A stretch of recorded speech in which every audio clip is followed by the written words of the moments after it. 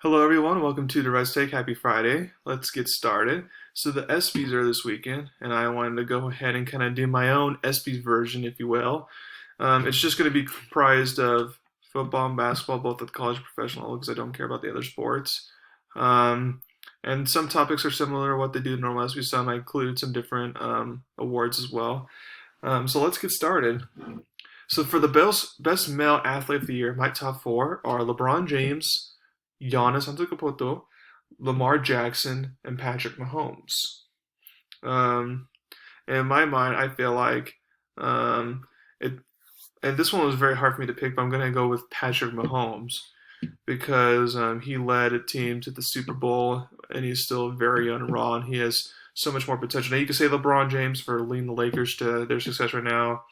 Giannis has been successful as well. So is Lamar in the regular season. So like, there's definitely cases for all of them. I'm gonna go with Patrick Mahomes because I feel like he's the best football player in the NFL. So best college athlete of the year. So you got Joe Burrow, quarterback from LSU. You got Obi Toppin, guard from Dayton. You got Justin Fields, quarterback for Ohio State, and then you got Trevor Lawrence, quarterback from Clemson.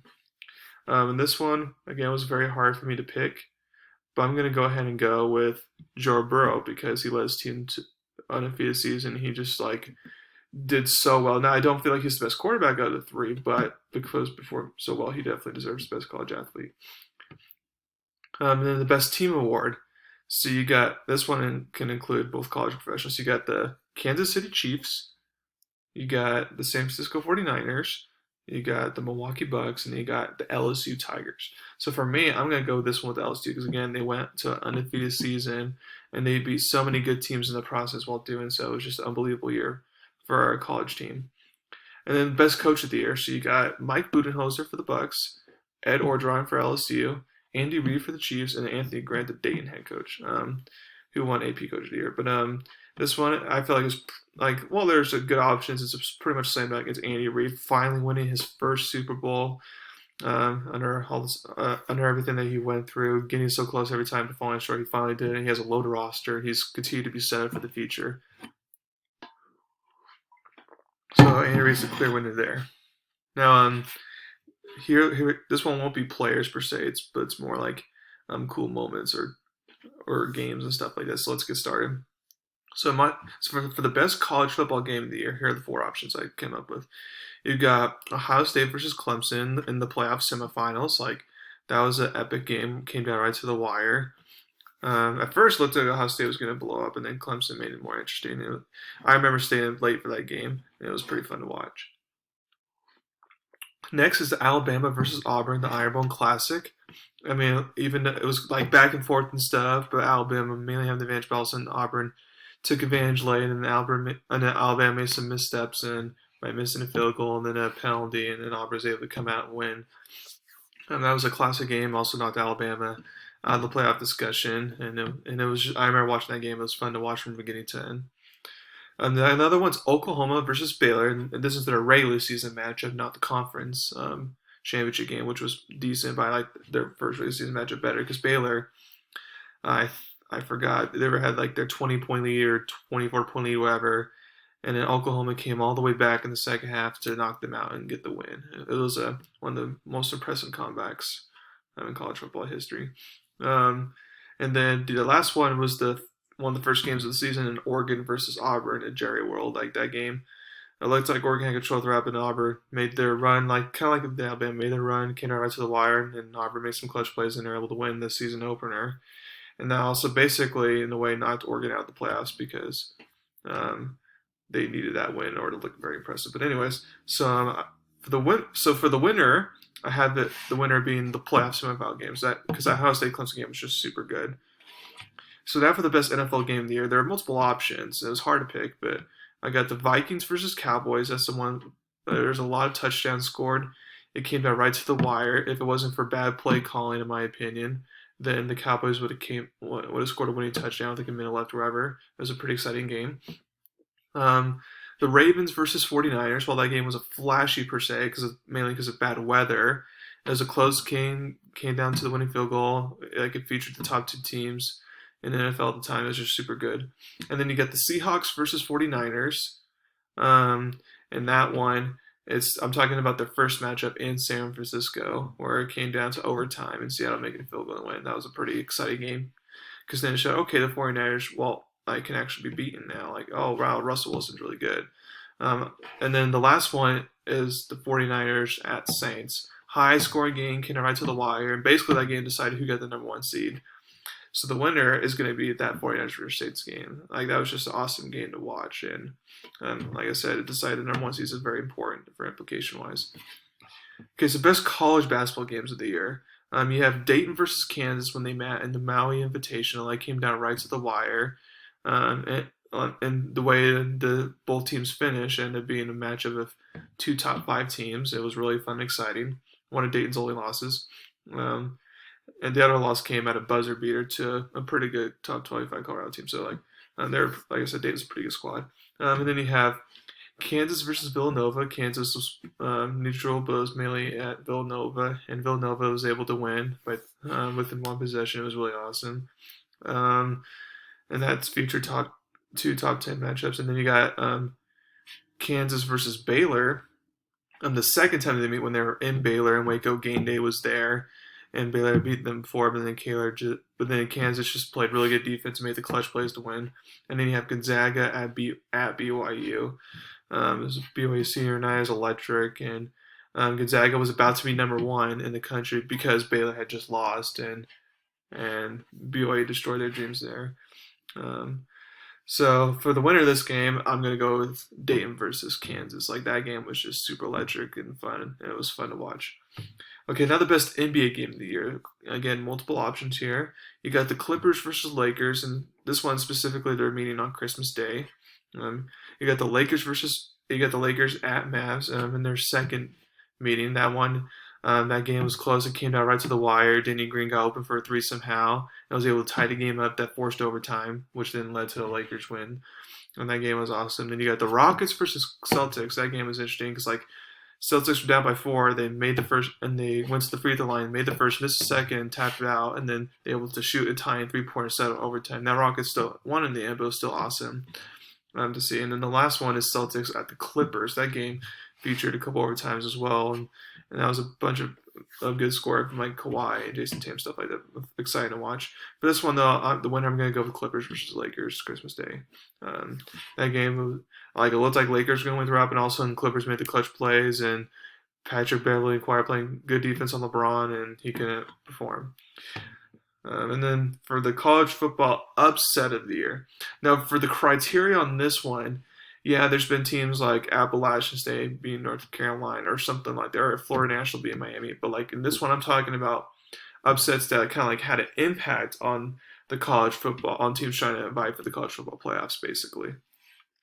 So let's get started. I have South Carolina over Georgia. That was a big upset. At the time, we thought South Carolina was just going to be average team, but South Carolina didn't even get to a bowl game. I can't remember if they were 4-5 or 7, but either way, they had a losing record, and they were at Georgia, and they went to Georgia and beat them, and that's why Georgia wasn't in the playoffs, because they finished 5th. So that was pretty interesting. Illinois over Wisconsin. Illinois was 6-6 at least, so at least they're a bowl-eligible team. But at that time, we thought Wisconsin was going to be like a dark horse playoff team. We thought they were going to potentially run the table or at least get to Minnesota and defeated to potentially face Ohio State. But then Illinois just came, outplayed Wisconsin basically and made a winning field goal, and that was just crazy. The next one is Kansas State over Oklahoma. I remember that one specifically. It's Oklahoma, they just could not stop Kansas State at all from rushing the ball. They just had no answer for Kansas State, and it was interesting because that loss basically knocked out Oklahoma from potentially being a 2 or 3 seeds. That way they wouldn't have to face LSU in the first round. But that was a very exciting game. And the last one is Arizona State over Oregon, because that game is where, okay, now Oregon's officially out of playoff contention, and no one saw that coming from Arizona State, even though it was in Arizona. But yeah, that was an exciting game. So for the winner of that one, I'm gonna have it was basically between my first option and last option, but I'm gonna go with Arizona State over Oregon, because literally that loss literally signified Oregon getting out of the playoffs, because South Carolina's Georgia's first loss, so technically they would have run the table, they still would have made. But yeah, Oregon was out once that loss happened. Okay, now college basketball upset of the year. You got, even though BYU was a top 25 at the time to rank 23, they still upset number 2 Gonzaga at home. That's still a good upset. No one saw that coming because again, Gonzaga was about to be number 1 team in the country. And then you got Stephen F. Austin over Duke. That Duke missed a shot, and then Stephen F. Austin was able to get wide open layup as time ran out. And then you got Evansville over Kentucky. I remember that one.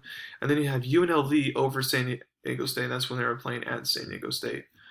So again, a bunch of good options there, but the winner of this one would be Stephen F. Austin over Duke. That one just caught me. Now Stephen F. Austin was a really good team. I mean, they went undefeated in their conference, only had 3 losses on season. So it wasn't like a team with a losing record per se or average record, but like still, it's like a team from the weak conference going into Duke and being able to best. That was impressive. So now going back to college football miracles of the year. So Virginia Tech converts a 2-point conversion against North Carolina to win in 6 overtimes. And then BYU, they set up a play to where they, like, time is running out. It was 3rd and 6, 20 seconds left of the game, no timeouts, and then all of a sudden, a wide receiver gets open for 64 yards and able to set up for winning field goal, and then later they went in double overtime. And then you got Pittsburgh convinced a 4th and goal to defeat UCF, upset UCF, and that loss for UCF was actually pretty significant because that kind of showed, okay, while UCF's good, they're not as dominant as they've been the past 2 seasons. They kind of lost that spark. And then you got Tulane. This is Battle Group of 5s. This is still pretty interesting. Tulane beats Houston on a 60-yard Hail Mary, basically, to win again. Now, it would have gone to overtime without it, but still, it's pretty impressive. That's the only Hail Mary, basically, I saw throughout the whole season in crunch time. So for the winner of this one, I'm going to go with BYU's play because, again, you have to watch the highlights for all these. I'm going to talk about the best games, best highlights. You're going to have to watch all of them because I'm not going to provide them for you. But again, it was super awesome. It was super cool and awesome to watch. It was unbelievable.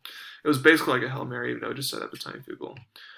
So now college basketball buzzer beaters here. You have BYU over Houston, so BYU's TJ Haws sinks a buzzer against Houston. And then you got, of course, that buzzer beater layup talked about with Stephen F. Austin over Duke.